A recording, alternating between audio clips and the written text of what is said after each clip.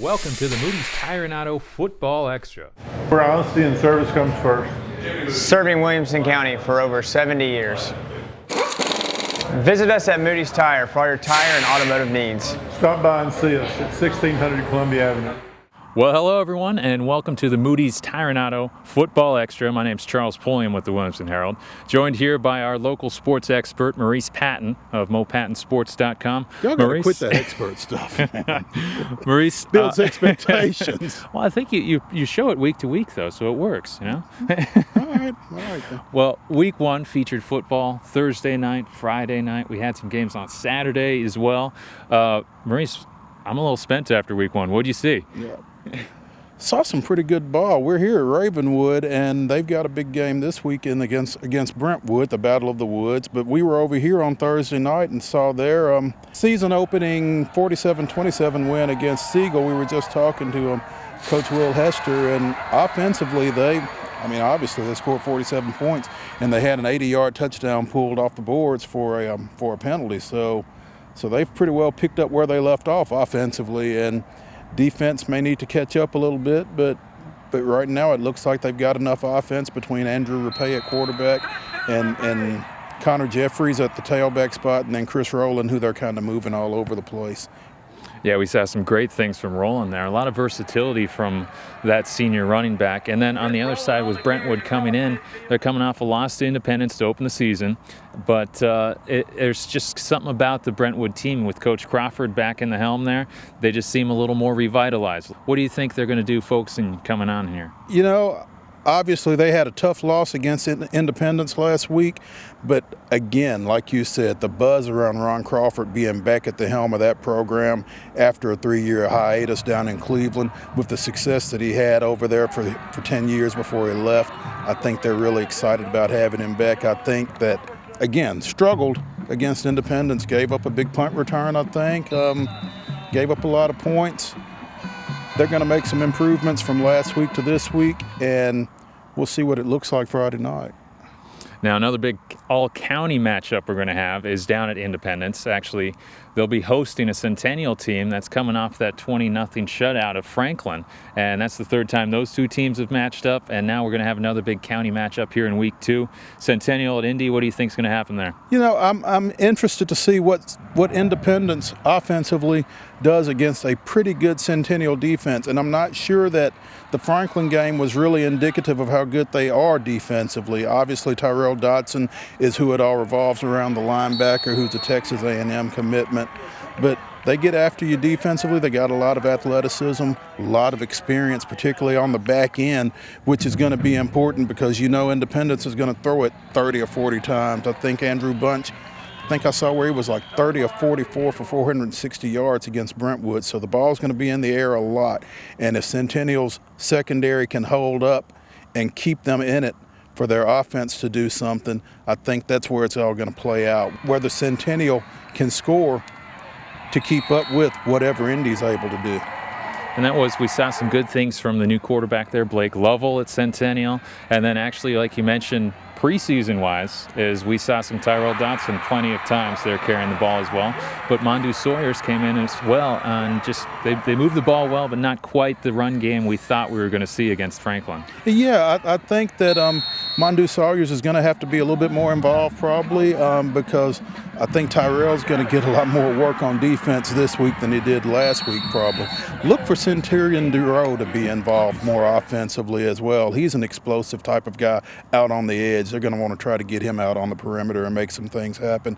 He may be Centennial's answer or closest answer to Nate Johnson for Independence, who had the big punt return against Brentwood last week.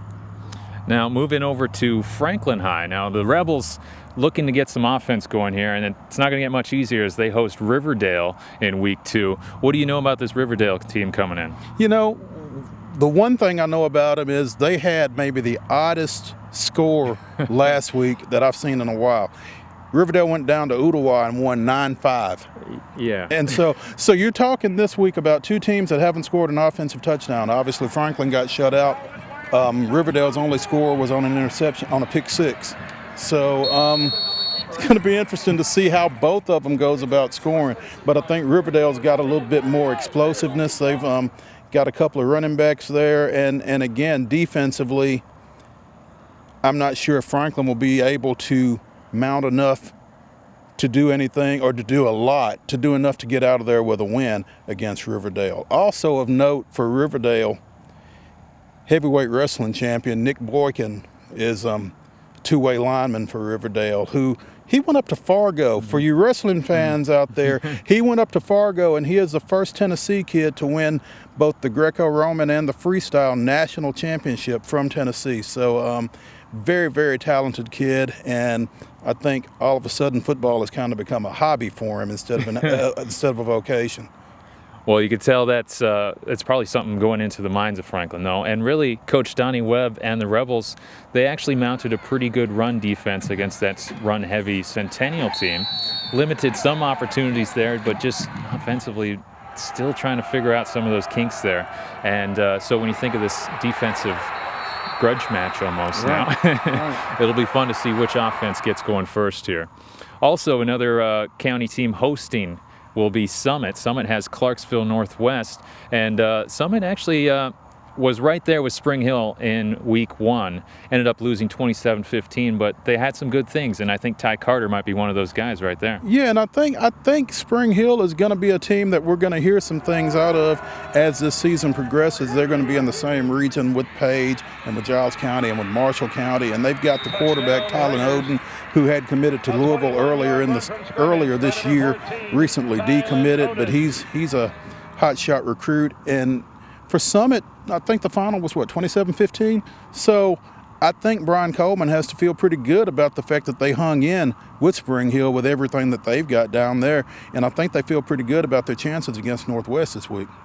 And it's a nice home game there for the Spartans as well.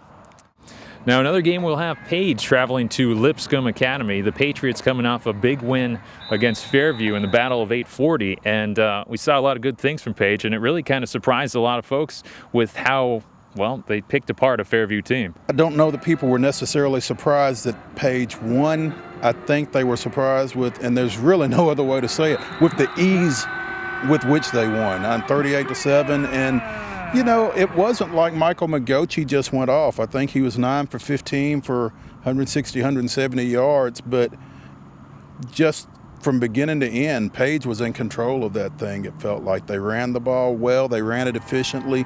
Defensively, they just constantly held Fairview down. I think Fairview scored in the third quarter to make it 17-7, and then Page picked up a couple more scores and just hung on. But great confidence boost, I think, for Page, for Magochi, for guys like Michael Roberts and some of those receivers.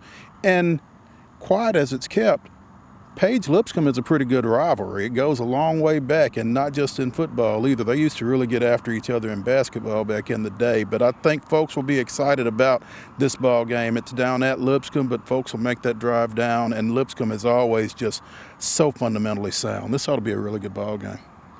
Coach Chris Hughes and the Yellow Jackets will be hosting Creekwood, and I think the one word to sum up the way he felt after that Page game was disappointed.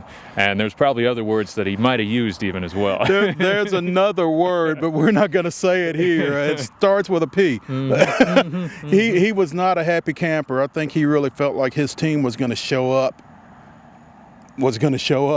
And practice this week should be pretty intense, I think. I really thought Fairview looked surprisingly flat in this ball game last week, and I think they'll get that ironed out. I think it'll be a different effort that you see out of Fairview when they open at home against Creekwood this week. Grace Christian Academy going on the road, but they're going to get their first action here in TSSAA action for the Lions. GCA playing at McEwen. You know, Rusty Smith and those guys, fresh out of the box, like to see them have some success. It's just tough to think, you know, with them being so new in so many different ways, of them going on the road in particular and picking up a win over at McEwen. That's a long drive, and it's not easy to get there. And GCA actually opening with I think their first 2 games are actually on the road before they come back home to host. So the Lions going to have an interesting start here, and it's an uphill battle, especially when you got a small team. I think 25 guys overall. Lots of need for everyone to stay healthy there. Absolutely, but at the same time, I think again when you bring a Rusty Smith a familiar name in this area, former Tennessee Titans quarterback. When you've got somebody like that to build your program around, I think it creates some excitement, and I think it'll, create some involvement as well. So excited to see what they wind up doing, not just this week and not just this season, but over the next little bit. Now, Brentwood Academy will be coming back home after a big trip to Mississippi, and well, it was one of those almost like a statement game there. They had a second quarter where they just went off. We thought that they would run the ball well with those two offensive linemen who are committed to SEC schools. Ryan Johnson is headed to Tennessee.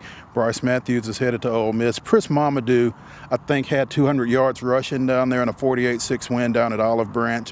And that's traditionally a pretty good program down there. So for them to go down there and do that makes you feel good about what lies ahead for them. Now, the bad thing is they're catching a Trinity team that just beat Ensworth 45-0 up in Louisville last week. So while Brentwood Academy was making a statement on Saturday night, Trinity might have made one on Friday nights. I think the ball will probably be in Jeremiah Oatsvall's hand a lot more than it was last week when they were able to turn and hand it off to Mamadou. I think they're going to need him to make some plays in the passing game and with his feet as well. So it should be a good one. Now, Battleground Academy opened up with a just crushing blow to a good passer to get things going. Clay Bethard, just quite the performance to get things underway for the BGA Wildcats, coming off of that state championship game performance last year, and now they're on the road at Friendship Christian. I think these are two teams that a lot of people think can be two of the last teams standing in Division IIA as the playoff, once we get into the playoffs and as the postseason progresses. Friendship Christian, since they came down to D2A from, I think they were Class AA, has been that type team. Obviously, BGA was a win away from winning a state championship last year. Lost a tough one to Webb up in Cookeville. But I think this is a great game for this time of year in terms of two teams that will be looking to make a statement in terms of postseason play. And the Wildcats on the road this week. They're on the road in week 3, and they actually have a bye in week 4 before they come back home. So for BGA, it's an important part of the year to try to get that start on the road, and it's going to be some tough games there. Exactly. Friendship Christian is always tough. It's a tough place to play, tough place to get to. But and they've got a great program again. I've always said that John McNeil may be one of the best coaches in Tennessee. I've seen him win games throwing it 40 times a game, and I've seen him win games running it 40 times a game. I think he does as good a job adapting his style offensively to the personnel he has on hand as anybody around.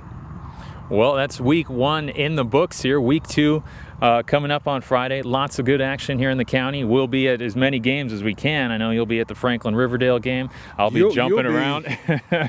I want your mileage check one week. Yeah, and I feel like I need to talk to like the Williamson County Sheriff's Office or something too, just about like, I'm going to go a little faster than the speed limit to get to and from. Maybe you should try to get Derby to just get you an escort. We might have to do this sometime, yes. But for myself, Charles Pulliam, Maurice Patton, we thank you for tuning in to the Moody's Tire and Auto Football Extra.